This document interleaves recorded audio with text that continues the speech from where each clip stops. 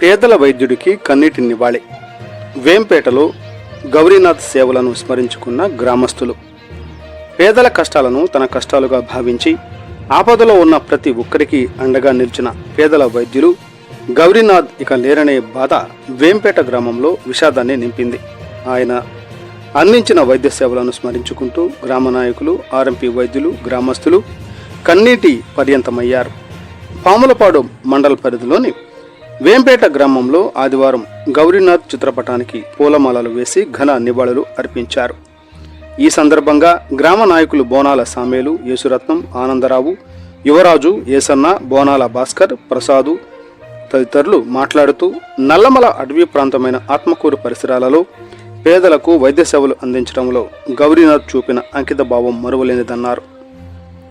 డబ్బులు లేవని వైద్యం దూరం కాకూడదనే మానవతా దృక్పథంతో పేదలకు వైద్య సేవలు అందించారు. ఉచిత వైద్య శిబిరాలు నిర్వహించి ఎంతో మందికి అండగా నిలిచారని గుర్తు చేసుకున్నారు.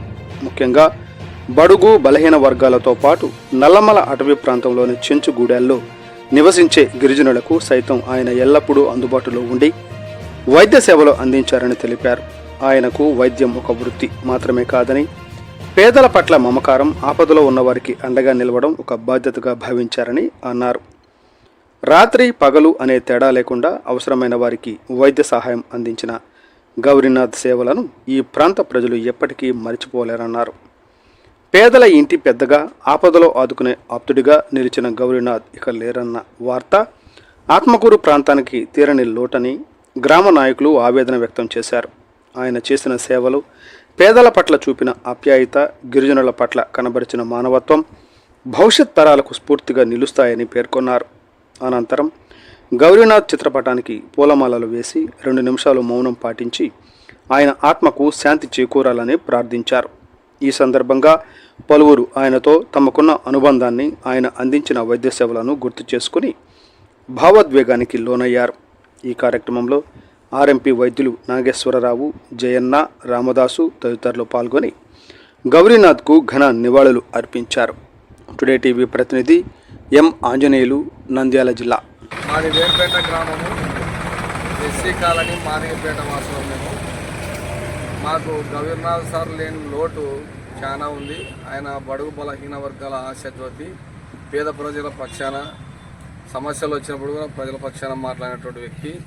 ఎంతో వైద్య సేవలు అందించి గిరిజనులకు, బడుగు బలహీన వర్గాలకు, చెంచులకు, ఇట్లా వెనకబడినటువంటి వాళ్లకు స్వచ్ఛందంగా వైద్య సేవలు అందించి వాళ్ళకు ఆర్థిక సహాయం కూడా అందించి, డబ్బు పెట్టుకునే స్తోమత లేకుంటే కూడా ఆయన్నే ట్రీట్మెంట్ చేసి వాళ్ళను ఆటో మాట్లాడి ఇంట్లోకి చేర్చినటువంటి పరిస్థితులు ఉన్నాయి.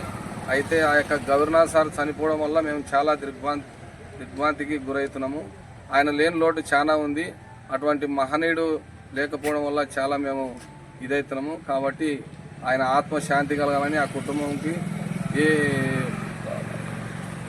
కుటుంబం బాగుండాలని చెప్పి కోరుకుంటూ ముగించుకుంటున్నాం.